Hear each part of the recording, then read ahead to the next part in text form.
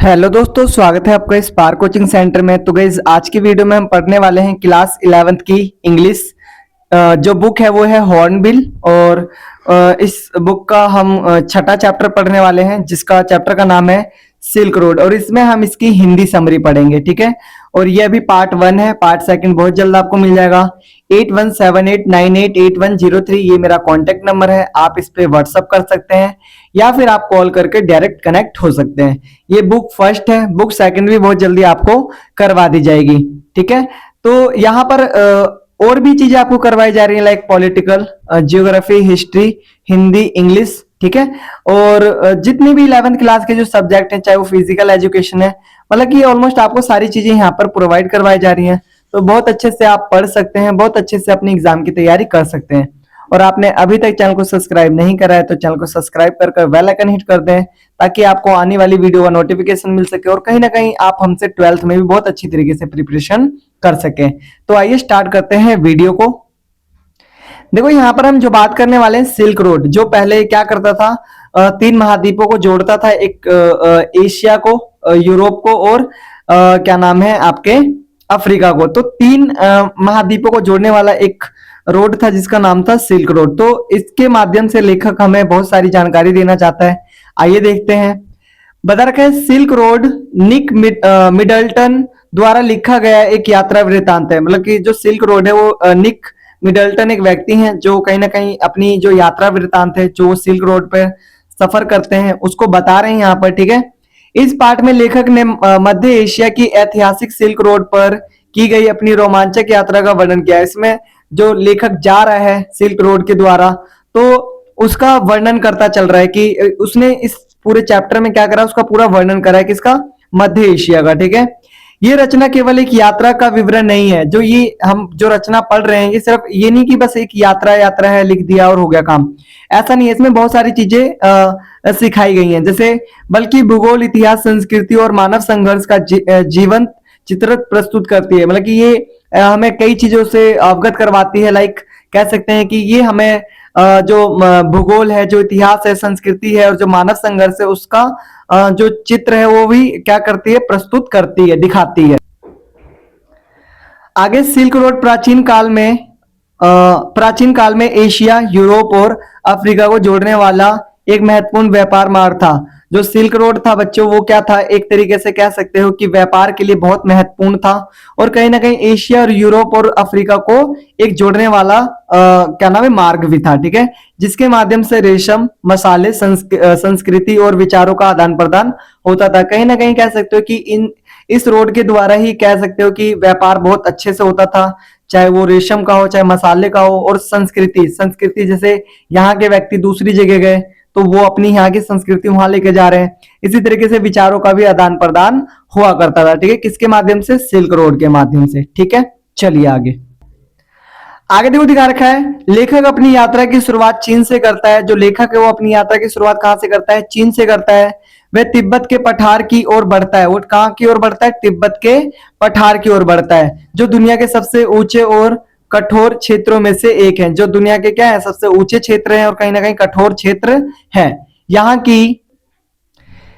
की जलवायु अत्यंत कठिन है। तेज ठंडी हवाएं, बर्फीले पहाड़ और ऑक्सीजन की कमी, इन परिस्थितियों के कारण लेखक को सांस लेने में कठिनाई होती है। मतलब कि जो यहाँ का जो जलवायु है वो कठिन है यहाँ, क्योंकि तेज ठंडी हवाएं चलती हैं और बर्फीले पहाड़ हैं और ऑक्सीजन की भी कमी होती है, जिसके कारण जो लेखक है उसको सांस लेने में भी कठिनाई होती है। और वह ऊंचाई से जुड़ी बीमारी से पीड़ित हो जाता है। और लेखक क्या होता है, जो ऊंचाई में जो बीमारियां होती है उनसे भी पीड़ित हो जाता है। इसके बावजूद वह अपनी यात्रा जारी रखता है, जो उसके साहस और दृढ़ संकल्प को दर्शाती है। लेकिन इसके बाद भी लेखक हार नहीं मानता और जो यात्रा होती है उसको वो जारी रखता है, ठीक है।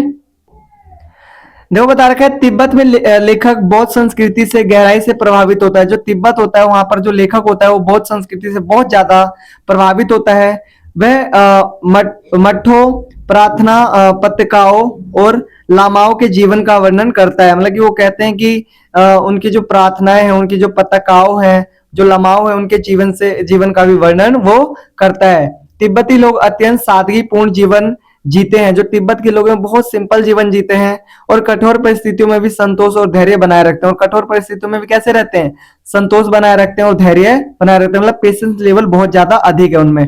लेखक को यहाँ याक, ऊंचे दर्रे और बर्फ से ढकी घाटियां देखने को मिलती है। मतलब लेखक को बहुत सारी चीजें यहाँ पर देखने को मिलती हैं जो इस क्षेत्र की विशिष्ट पहचान है, मतलब इस क्षेत्र को क्या बनाती हैं, विशेष बनाती है। मेरा फोन नंबर है 8178988103। अगर आपको कुछ भी पीडीएफ रिलेटेड या फिर स्टडी रिलेटेड कुछ भी प्रॉब्लम हो रही हो तो आप इस नंबर पे कॉल कर कर अपनी जो जानकारी है वो ले सकते हैं और अपनी क्वेरी को सॉल्व करवा सकते हैं।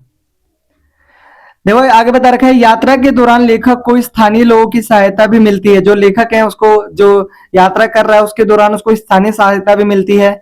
कहीं उसे गाइड मिलते हैं, मतलब कि कहीं उसको गाइडनर मिलते हैं जो गाइड करते हैं कि ये रास्ता सही नहीं है, खराब है, जो भी है, मतलब कि गाइड करते हैं उसको। तो कहीं साधारण ग्रामीण भोजन और आश्रय देते हैं, कहीं पर उसको रहने के लिए घर देते हैं और कहीं पर उसको भोजन वगैरह भी मिलता है। ये मानवता और आपसी सहयोग की भावना को उजागर करता है। ये क्या दिखाता है कि मानव में आज भी क्या है, सहयोग की भावना है, ठीक है, आपसी सहयोग की भावना है। वह महसूस करता है कि सिल्क रोड केवल व्यापार का मार्ग नहीं था बल्कि यह लोगों, संस्कृतियां और विश्वासों को जोड़ने वाला सेतु था। मतलब कि जो सिल्क रोड है वो सिर्फ व्यापार के लिए नहीं है, वो बहुत चीजों के लिए, चाहे वो संस्कृति हो, चाहे वो लोग हैं, चाहे वो विश्वास हो, इन सबको जोड़ने वाली क्या थी, एक सेतु था, एक कड़ी था, कह सकते हो, ठीक है।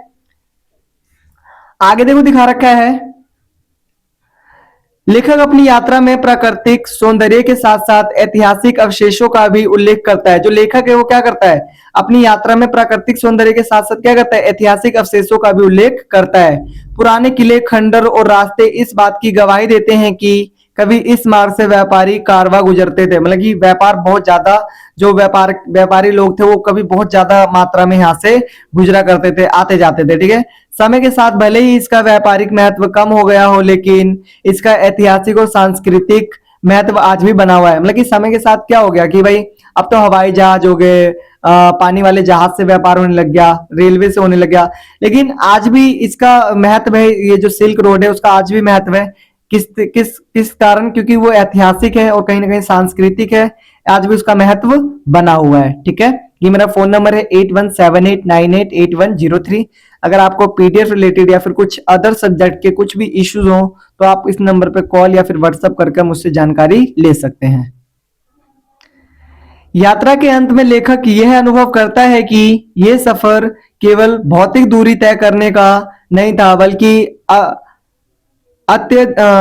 आत्मिक आत्मिक और बौद्धिक खोज का भी माध्यम था कि कठिनाइयों और बीमारियों और जोखिमों के बावजूद ये यात्रा उसे जीवन के प्रति एक नया दृष्टिकोण देती है। देखो यात्रा ये नहीं कि सिर्फ भौतिक दूरी तय करना, कि मतलब कि इतने किलोमीटर हमने चीजों को तय कर लिया। मतलब जैसे मुझे यहाँ से मान के चलो मैं दिल्ली में हूं तो मुझे यहाँ से बिहार जाना है, यूपी जाना है, तो मुझे 200 किलोमीटर तय करना है, 300 या 1000 किलोमीटर तय करना है, ये मैटर नहीं था। यहाँ पर क्या था, आत्मिक और बौद्धिक, मतलब कि यहाँ पर कहीं ना कहीं जो हमारे जो बौद्धिक क्षमता है वो भी बढ़ती है और हम कठिनाइयों से लड़ना भी सीखते हैं और कठिनाइयों से उजागर होना भी, मतलब कि कठिनाइयों से हमें कैसे उभरना है ये भी हम सीखते हैं, ठीक है।